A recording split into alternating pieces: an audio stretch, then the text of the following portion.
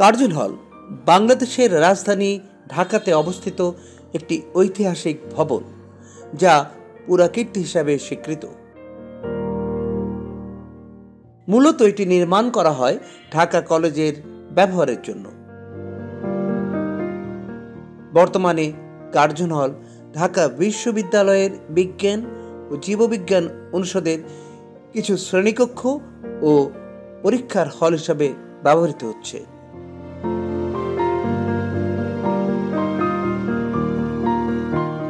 19 ফেব্রুয়ারি 1904 সালে ভারতের তৎকালীন ভাইসরয় ও governor general George Nathaniel Curzon এর ভিত্তিপ্রস্তর স্থাপন করেন এবং তার নাম অনুসারেই এই ভবনের নামকরণ করা হয় কার্জন হল।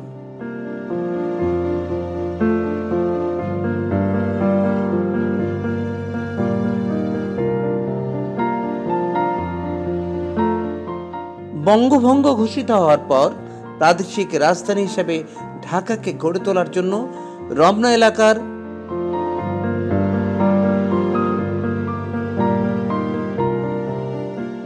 যেসব ইমারতের গুরুত্ব বৃদ্ধি পায়, কার্জন হল তাদের মধ্যে অন্যতম।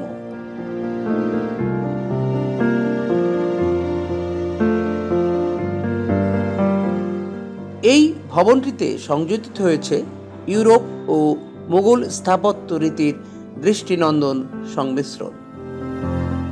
আংশিকভাবে মুসলিম স্থাপত্য রীতিও অনুসরণ করা হয় এতে। ভবনের বাইরের দিকে কালচে লাল রঙের ইট ব্যবহার করা হয়েছে। আধুনিক স্থাপত্যবিদ্যা ও মোগল কাঠামোর সমন্বয়ে তৈরি করা হয়েছে এর খিলান। একইভাবে নির্মিত হয়েছে এর গম্বুজগুলো।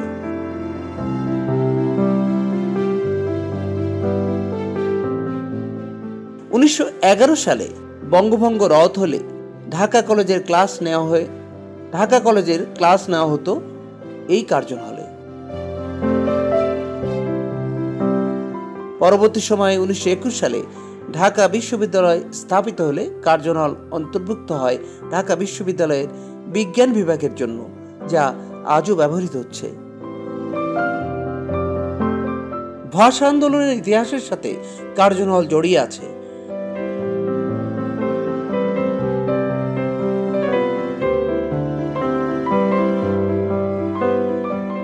1948 সালে এখানে ঢাকা বিশ্ববিদ্যালয়ের ছাত্ররা পাকিস্তানের গভর্নর জেনারেল মোহাম্মদ আলী জিন্নাহর রাষ্ট্রভাষা হবে উর্দু এই সংক্রান্ত ঘোষণার প্রতি প্রথম প্রতিবাদ জানিয়েছিলেন।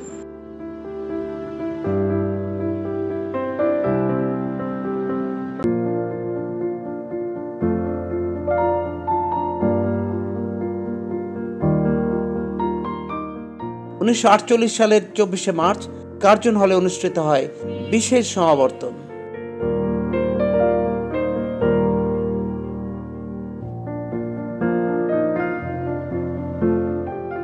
জিন্নাহ সেখানে পাকিস্তানের রাষ্ট্রভাষা উর্দু হবে বলে ঘোষণা করলে কার্জন হলে উপস্থিত ছাত্ররা তখনই নো নো বলে প্রতিবাদ করে।